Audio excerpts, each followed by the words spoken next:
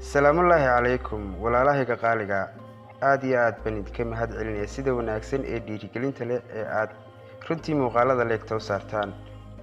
Caawa waxaan idiin wadaa 20 qodob oo habdhaqanka bulshada u wanaagsan si loo helo bulsho wanaag ku wada nool. Lambar 1 ha wicin qofka 2 jeer wax ka badan. Haddii aanay kaa qaban telefoonka u qaado inay wax muhiim ah gacanta ku hayaan. Lambar 2 lacagtii ama alaabtii aad amaahatay celi weli inta aanu xasuusan qofkii aad ka amaahatay inuu ku weydiiyo waxay tusaale u noqonaysaa daacadnimadaada iyo weliba dabeecadaada. 3 marka qof hudheel kugu casuumo ha dalban cuntada ugu qaalisan. hadday suurtagal tahay weydii qofka inuu isagu ku dalbo.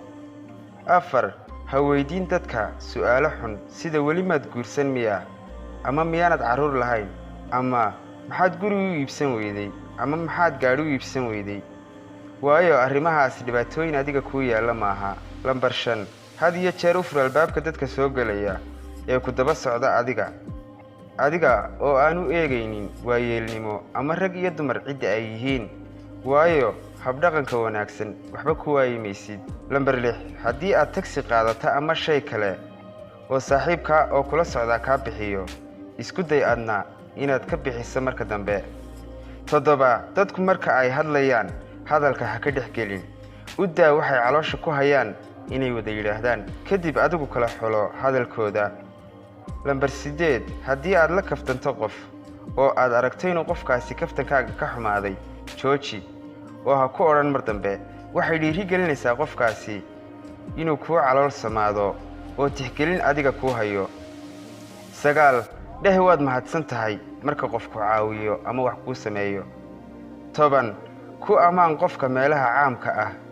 marka aad dhaleecayn u soo jeedinaysana si gaara wax ugu sheeg. 11 qofna raalli kama aha inaad jidhkiisa dhaleecayso ama aad wax ka sheegto. markaa qof kasta waxaad ku tiraahdaa waad qurux badan tahay haddii ay kaa codsadaan inaad wax ka sheegto iyaga. 12 marka qofku tuso sawir ku jira moobilkiisa sawirrada kale ha sii baadhbaadhin, waayo qofku kuma ogolaan sawirrada kale inaad daawato, waxaana dhici karta in sawirro khaas ahi ay ugu jiraan qofka. 13 marka qof kuu sheego inuu leeyahay ballan dhakhtar ah ha weydiinin xanuunka haya, keliya ku dheh waxaan kuu rajaynayaa caafimaad. haddaad weydiiso xanuunka haya waxaa khasab ku noqon karta inuu kuu sheego wax uu islahaa qarso.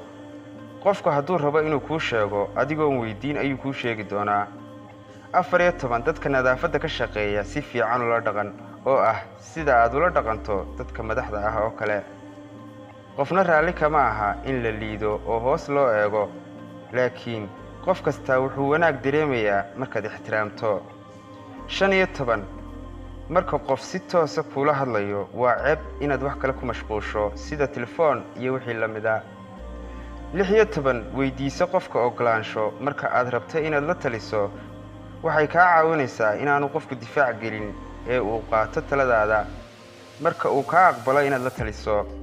17 marka aad kulantaan qof waqti dheer kadib ha weydiinin da'diisa, noloshiisa, intii aad kala maqnaydeen iyo wixii uu adduun qabsaday ilaa uu qofku iskii uga sheekeeyo mooyaane.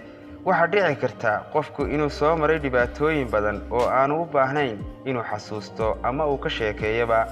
18 ku mashquul hawlahaaga oo keliya iyadoo hawlo kale lagaa qayb geliyo mooyaane ka fogow wax aan dantaada ahayn. 19 iska saar miraayadaha madow marka aad qof wada isku salaamaysaan ama aad iskaga soo horbaxdaan, waa calaamad ixtiraam ah inaad qofka indhahaysa siisaan. 20 ha ka sheekaynin weligaa inaad qani tahay adoo la jooga dad faqaro ah. ha ka sheekaynin carruurtaada adoo la jooga dad madhalays ah. ha ka sheekaynin xaaskaaga adoo la jooga dad aan xaasas lahayn. waa intaa muuqaalkeennu. haddii aad nagu cusub tahay fadlan subscribe noo saar. haddii aad asxaabtaydii hore ka mid tahayna fadlan muuqaalka like noo saar. dhammaantiin waa mahadsantihiin. tan iyo fiidiyowgeenna xiga waxaan idinku dhaafay nabadgelyo.